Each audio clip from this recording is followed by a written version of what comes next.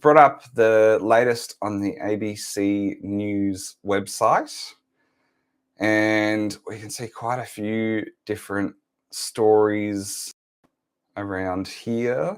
Feel free to chuck in the comments any suggestions that you have. But my leaning, I reckon let's go with this Bunnings story.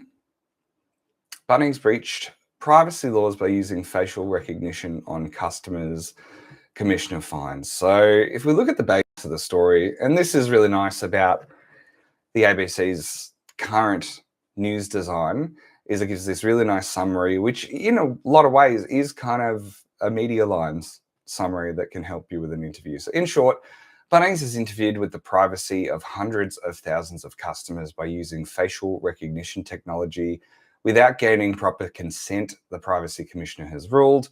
The retail giant says the technology was used to protect staff and organised from increasing exposure to violent and organised crime.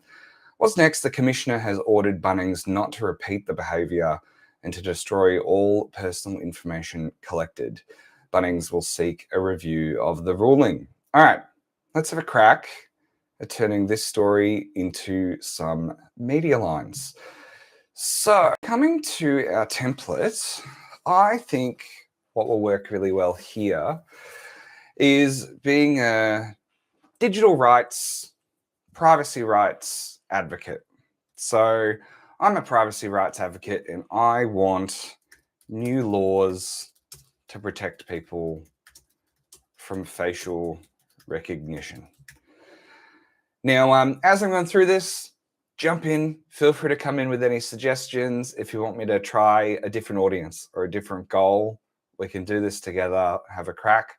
Otherwise, I will go through and explain how I go through the process of preparing media lines. In terms of a goal, I want the Prime Minister to introduce new facial recognition laws. And in terms of my audience, I'm actually going to list the Prime Minister. And thank you, NASCA, for joining us for the webinar. Appreciate your time. Okay, so the audience here is the Prime Minister. The Prime Minister is the person with the power to get these laws done. So what I've got to think through is I need new law. I want better privacy for people who've been through this scenario with Bunnings. Utilizing the structure, which if I come back to, going from the beginning, the middle, the end, or the past, present, and future.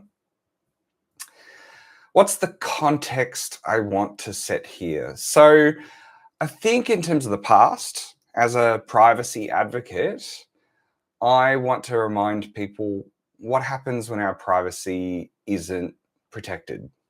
So we could talk about the past. We can talk and set a context that helps the audience understand why this issue is important. So particularly we could, for example, I'm a privacy advocate. I'm trying to reach out to the Prime Minister. What does the Prime Minister care about? The Prime Minister cares about politics.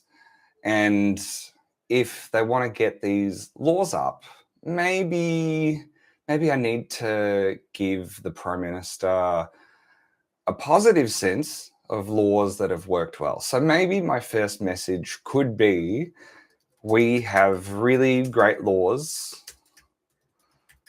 that protect people through something like the Australian consumer law.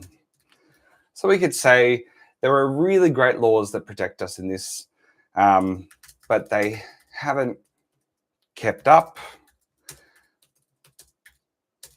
We can use consumer law as the base for new privacy laws. So here in this case, because I'm thinking through the audience of the Prime Minister, that one person who really can make this legal change happen for me, I go, okay, I need some kind of a positive feel to get the Prime Minister to think, oh, this is a good idea that's worth picking up on. Okay, now we're talking the present as a second message. So what's going to make the Prime Minister care? So we could look at, for example, maybe I have examples of Bunnings staff members and customers. I could use a case study or an example from some former Bunnings staff members or customers. So maybe I go to a Bunnings and actually speak to some people and find out, how do you feel about this facial recognition? I could say that people were shocked that their faces were being stored.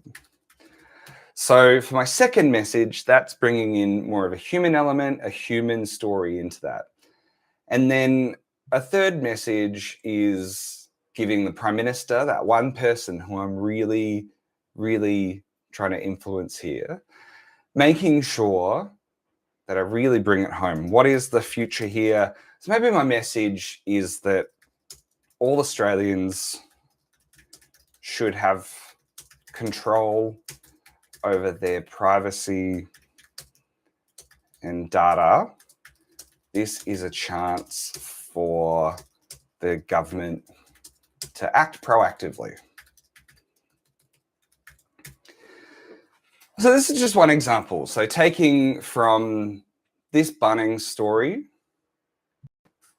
and going, okay, I'm a privacy advocate and I want to make sure that we get up good laws, and I'm using this particular story as an opportunity to speak in the media and get new, better laws for us. So in my media lines, I know that my goal, as a really specific goal, is to get the Prime Minister's attention. So that's what I've decided. That's the Prime Minister is the one that I'm going to influence here. And then I go through using that media line structure that's been tried and tested by me over quite a few years, is following past, present, future. Our past, our context is saying that the Australian consumer law has done a really good job in other areas. Let's learn from that. Let's use that. In message 2, we're bringing in the human element. We're bringing in why it's important and why people should care now. So bringing in the stories of Bunnings staff members and customers and people who were shocked, people who were affected. And then message 3, looking to the future. Because I know my audience is the Prime Minister, I go positive and active and say Australians should have control over their privacy and data, and this is a really good chance for the government to act. So that's just one example of taking a random story from the news and applying the media lines template to it.